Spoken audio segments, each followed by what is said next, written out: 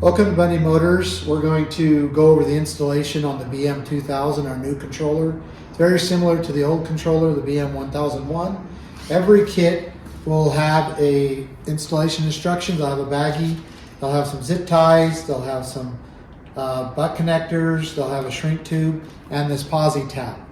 The BM2000 will have 4 wires coming out of it. It'll have a white wire, that's for your torque converter lockup. Most people do not need that, but that is your signal wire if you purchase a torque converter lockup. The black wire is for ground. You need a good solid chassis ground. The red wire is for key on power. So when the key is on, there's 12 volt power going through this. When the key is off, there's no power. And then the green wire is for your accelerator pedal signal. And in these instructions, you'll see there's diagrams for your year, make, and model, and it will show you how to connect it. This wire basically picks up the increase in the voltage on your pedal. So the wire you want is going to be at low voltage, and then when you push the pedal with the key on, it will increase. And that way you know it's the right wire. Now, the way you connect it to your accelerator pedal wire is with this posi tap. A neat little tool. You'll strip the end of the wire about 1/8 inch. You'll loosen this, put that in there nice and snug, tighten it down, and that'll make it so it's connecting tight. You'll take the black side off. You'll slip that over your accelerator pedal wire. Then you'll take and put this and spin it back together, tighten it up, and then there's your connection. It's very simple, very clean, and very easy. Now, on the other end, of course, we've still got this coax line. We go with that because it's easy to run through the firewall.